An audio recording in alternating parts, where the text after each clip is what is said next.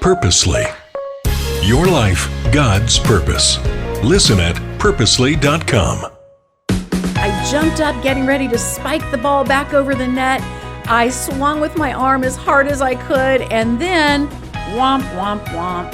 I missed and came crashing back down to the volleyball court.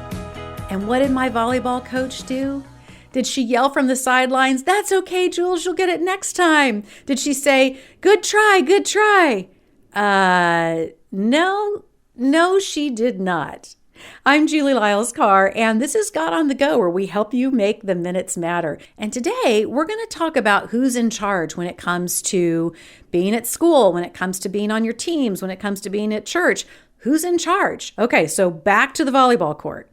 I come crashing back down, and I got to be honest with you, my volleyball coach was not a very nice person. She really wasn't. She was a screamer. She was a yeller. "I can't believe you missed that. Unbelievable. You should have had that. You should have had that." It was not fun having her in charge of me. In my school experience, in my sporting experience, I had people who were great. I had people who were so awesome, who were in charge of the classroom, in charge of the team. And it was easy to let them be in charge because they were great people. And I also had situations where someone was in charge and they weren't the best. So what do you do in a situation like that? Now, here's something really cool to note. Guess how many people say that a teacher or a coach has had an important role in their lives? Like they remember them, they appreciate them, they're so grateful for them. 88% of people say that there's a teacher who's had a really important role in their life.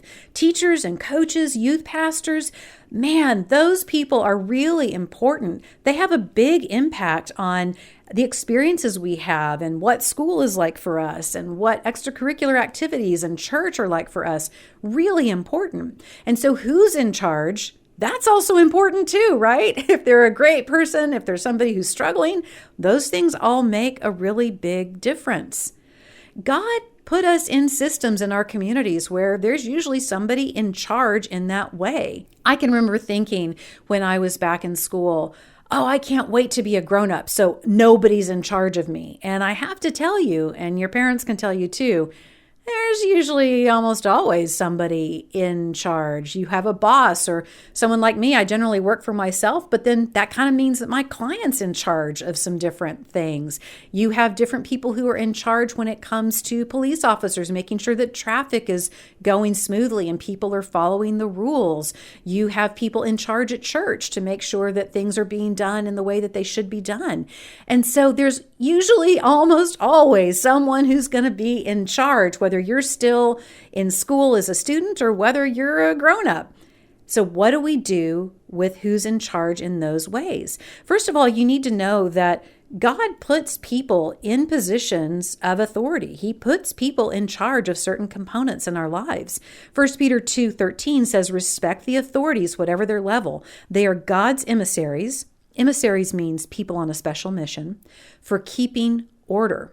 It doesn't mean they can do anything they want. It doesn't mean that if that volleyball coach, like my volleyball coach who was mean, it didn't mean that I had to stay on that volleyball team. It did mean that she was going to be in charge of that volleyball team and that my parents and I were going to need to make a decision about if I was going to stay in a situation in which she got to be in charge of me. I was thinking about Elijah and Elisha in the Bible. They were both prophets. Elijah was a little older than Elisha, and he really showed Elisha what it meant to lead, what it was like to be a prophet. And Elisha knew how to let Elijah be in charge as he was learning, as he was gaining experience, as he was watching Elijah walk in wisdom. There came a day where then Elijah went on to go be with the Lord, and Elisha was the guy who became in charge at that point. But he learned a lot of important lessons by letting Elijah be in charge when it was the time for Elijah to be in charge. God puts teachers, coaches, pastors, other people in your life to be in charge in certain situations. What's really important is that you keep talking to your parents about the people who are in charge of you. Sometimes it has nothing to do with the person themselves. You may just not like somebody being in charge of your day or the schedule at school or the kind of workout your coach has you doing. But there is value There is something important in learning how to let someone who has been put in a position of being in charge to follow their lead, to gain what you can from the experience, to learn from them, and to remember that God's got you. God knows the people interacting in your life.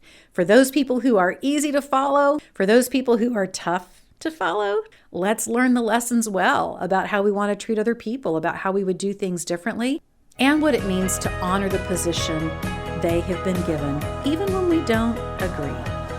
A big thanks to George Fox University, where your student is known and appreciated for exactly who they are. Check out georgefox.edu to see the kind of university experience that your student can have. And I'll see you next time here on God on the Go.